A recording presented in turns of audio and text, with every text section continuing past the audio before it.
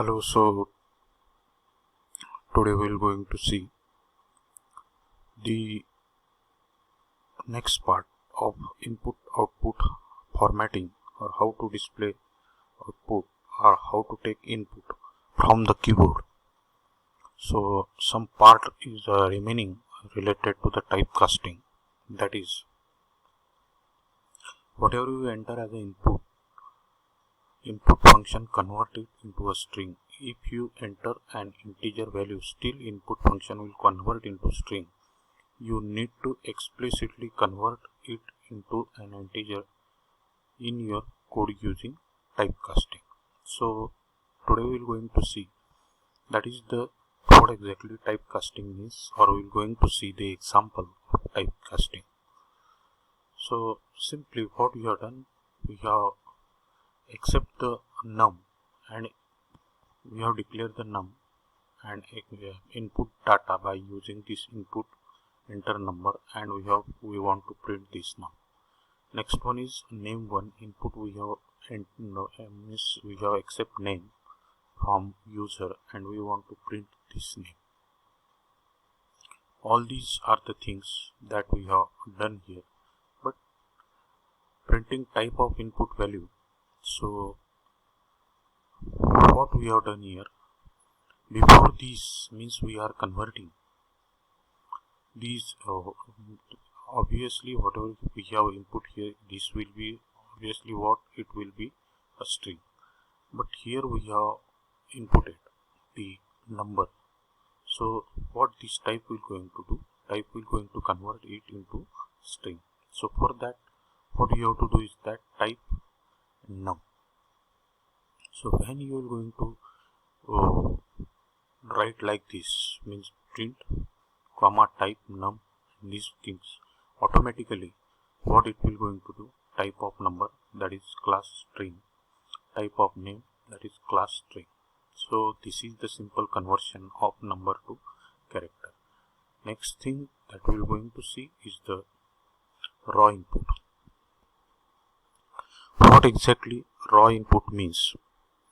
When you are going to think about the raw input, basically I have taken means if examiner will going to ask, then you at least you know what exactly it means, because whatever versions that we are using, that is 3.8 or higher, and as far as raw inputs is concerned, the raw input is the availability of 2 point something.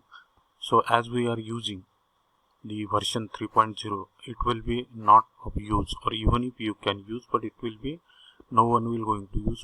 For your information or for MCQ, if they ask what it will do or what raw input means, this function takes exactly what is type from the keyboard, convert it into string, and then return it to the variable in which we want to store. So which thing that we have to remember, are you getting it? Which thing we have to remember is that this raw input will going to convert the whatever data that we have input, it will going to convert it to string and then return it. So simply what we have done, we have used here a raw input function, and whatever that we will going to input, it will going to print. So we have given here print G, and note specially here G is a variable which will get the string value typed by the user during the execution of program. Means what, even if you are type instead of name, even if you are type the some number, so it will going to convert it to what you can say string. Typing of data for raw input function is terminated by the enter key. म्हणजे तुम्ही कितीही मोठा data जरी enter केला आणि तुम्ही जर त्याला एंटर केलं नाही तर ते वर्क होणार का नाही. We can use raw input to enter the numeric data also in case we use typecasting. For more detail that we are going to see in the next lecture, taking input from console in Python. आता इथं taking input from console in Python, आता Python मध्ये console किंवा shell म्हणतात त्याला. इथे exactly मी हे काढण्याचं कारण काय, तर ज्यावेळी आपण पायथॉन रन करतो त्यावेळी पायथॉन रन करताना काय होतं की पायथॉन म्हणजे पायथॉनचं जे मॉड्यूल आहे आयडियल, ते आयडियल मॉड्यूल रन केलं की ऑटोमॅटिकली आपल्याला प्रॉम्प्ट दिसतो इथं, बरोबर. आणि इथं प्रॉम्प्ट दिसतो म्हणून या प्रॉम्प्टला काय म्हटलेलं आहे, console. What is console in Python? Console is also called shell. Is basically a command line interpreter that takes input from the user in one command at a time and interprets it. It is error free, then it runs the command and give the required output, otherwise show the error message. Python console like this. म्हणजे हे एवढं दाखवण्यामागं कारण काय, तर ही जी आहे it is called as also python console और it is called also python shell. हे कशासाठी, तर हे लक्षात ठेवायचं की जर समजा आर यू गेटिंग इट, जर समजा एक्झाममध्ये जर समजा विचारलं किंवा व्हायवामध्ये जर समजा विचारलं तर हे काय आहे, तर तुम्ही म्हणाल prompt. It is not prompt, it is also called as it is console और it is called as also shell. So next thing that will here we write the command, म्हणजे काय जे काही असेल ते आपण डायरेक्टली राईट केलं की त्याचा आउटपुट दिसते. एक्सेप्टिंग इनपुट फ्रॉम कन्सोल, इथं काय आहे तर जे काही तुम्ही इनपुट करता ते इनपुट ऑटोमॅटिकली काय होतं, डायरेक्टली एक्सेप्ट केलं जातं, सिंटॅक्स चेक केला जातो. आणि ते सिंटॅक्स चेक केल्यानंतर तो जर सिंटॅक्स एरर फ्री असेल तर सिंटॅक्स करेक्ट असल्यानंतर ऑटोमॅटिकली जे काही तुम्ही इनपुट दिलेलं आहे ते इनपुट आउटपुटमध्ये कन्वर्ट केलं जातं. Accepting input from console, user enters the value in the console and that value is then used in the program as it was required. आता इथे इनपुट वापरलं, input 1, input output print input 1. इथं काय जे काही तुम्ही इनपुट कराल ते इथं प्रिंट केलं जातं. Next typecasting. Typecasting is the input to integer. This might be the condition when you might require integer input from user console.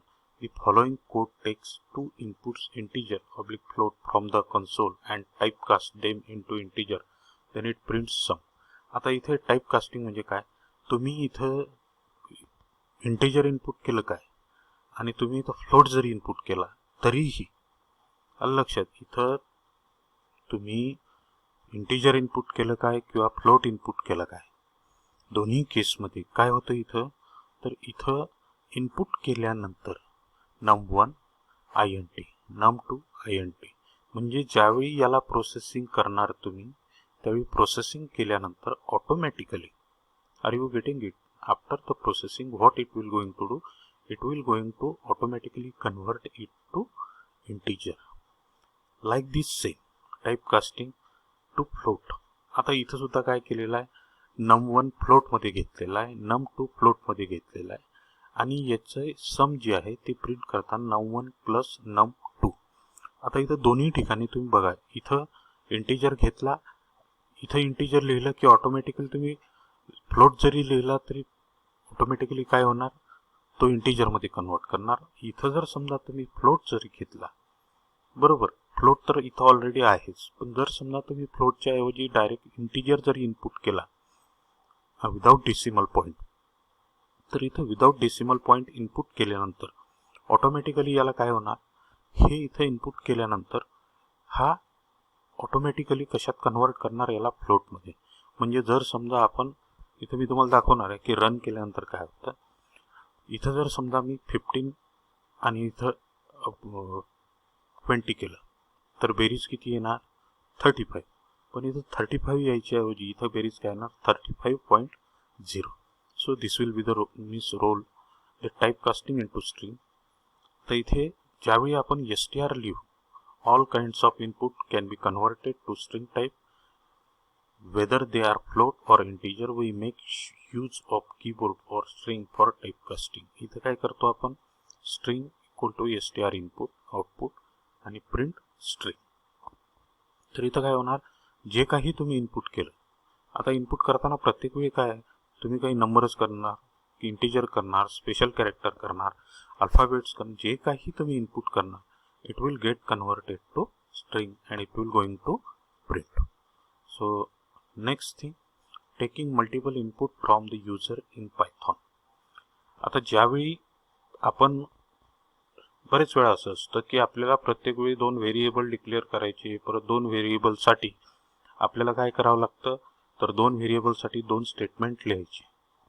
तर ही असा जर कन्सेप्ट असेल तर अशा वेळी एकाच स्टेटमेंटमध्ये तुम्ही जेवढे व्हेरिएबल डिक्लेअर करायचे तेवढे डिक्लेअर करायचे आणि ते डिक्लेअर करून डायरेक्टली काय, तर डायरेक्टली तुम्ही स्प्लिट जे आहे ते स्प्लिट जर कमांड तुम्ही वापरली, तर स्प्लिट कमांड वापरल्यामुळे काय होतंय की ॲट ए टाइम आपण एकापेक्षा जास्त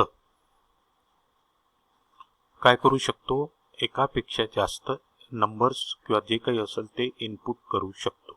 लक्षात आलं. तर हे जे एकापेक्षा जास्त जे नंबर्स इनपुट करण्याचं टेक्निक आहे हे 2 पद्धतीनं वापरता येतं. That first one is split and दुसरं कोणतं, लिस्ट कॉम्प्रिहेन्शन. आता इथे स्प्लिट म्हणजे सर्वात शेवटी स्प्लिट वापरलं जातं आणि लिस्ट कॉम्प्रिहेन्शन म्हणजे काय, तर लिस्ट कॉम्प्रिहेन्शन म्हणजे डायरेक्टली लिस्टच नंबर ऑफ जे काही तुम्ही नंबर एंटर करणार आहे, नाव एंटर करणार आहे, ते काय केलं जातं, डायरेक्टली इथं लिस्टमध्येच ते एक्सेप्ट केले जातात. आता इथं लिस्टमध्ये एक्सेप्ट केले जातात तर त्याचा जो सिंटॅक्स आहे म्हणजे युजिंग स्प्लिट मेथड. आता इथं जे आपण बघणार आहोत ते काय आहे, तर स्प्लिट मेथडनं त्याचा जो सिंटॅक्स आहे इनपुट, यात काय स्ट्रिंग लिहाल, काय लिहाल, काय असेल ते ABCD काय असेल ते, डॉट स्प्लिट, पुढं काय comma, separator and max split.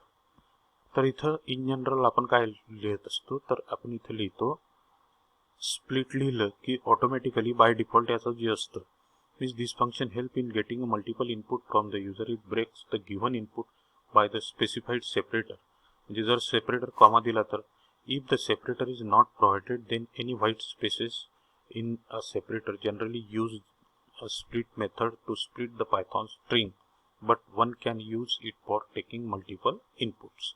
म्हणजे इथं स्ट्रिंग आहे किंवा नंबर्स आहे यासाठी सुद्धा तुम्हाला काय केलं जातं, इथं स्प्लिट वापरलं जातं. आता हे याचं जे एक्झाम्पल आहे हे एक्झाम्पल आपण इथं बघणार आहोत की हे एक्झाम्पल जे आहे ते एक्झाम्पल काय, तर हे स्प्लिट कशा पद्धतीनं वापरलेलं आहे. Are you getting it, how they have use the split. म्हणजे स्प्लिट कमांड वापरून इथं कुठंही लिस्ट कमांड जी आहे ती लिस्ट कमांड वापरलेली नाही. तर इथं काय केलेलं आहे, तर इथं इनपुट जे आहे ते इनपुट म्हणजे multiple input, not only input, multiple input कशा पद्धतीनं वापरलेलं आहे. इथं बघा पहिल्या स्टेटमेंटमध्ये किंवा पहिल्या ब्लॉकमध्ये आपण काय लिहिलं, इथं x comma y input enter 2 values, इथं 2 व्हॅल्यूज म्हणलेलं आहे डॉट स्प्लिट. आता स्प्लिटला इथं आपण सेपरेटर दिला नाही म्हणजे काय होणार, इन जनरल 2 नंबर द्यायचे जर झाले तर व्हाईट स्पेसेस म्हणजे काय देऊ आपण, तर आपण सरळ स्पेस देऊ. म्हणजे इथं एक्झाम्पल मी दाखवतोच तुम्हाला. त्यानंतर taking 3 inputs at a time, इथं काय लिहिलं परत XYZ इनपुट एंटर 3 व्हॅल्यूज, इथं डॉट स्प्लिट केलं. डॉट स्प्लिट केल्यामुळे काय होणार, इथं एक्सची व्हॅल्यू घेणार, वायची व्हॅल्यू घेणार, झेडची value which are separated by what you can say which can be separated by space. आणि त्यानंतर ह्या व्हॅल्यू प्रिंट करणार आहे. त्यानंतर इथं A comma B input enter 2 values आणि इथं सेपरेट लिहिलं.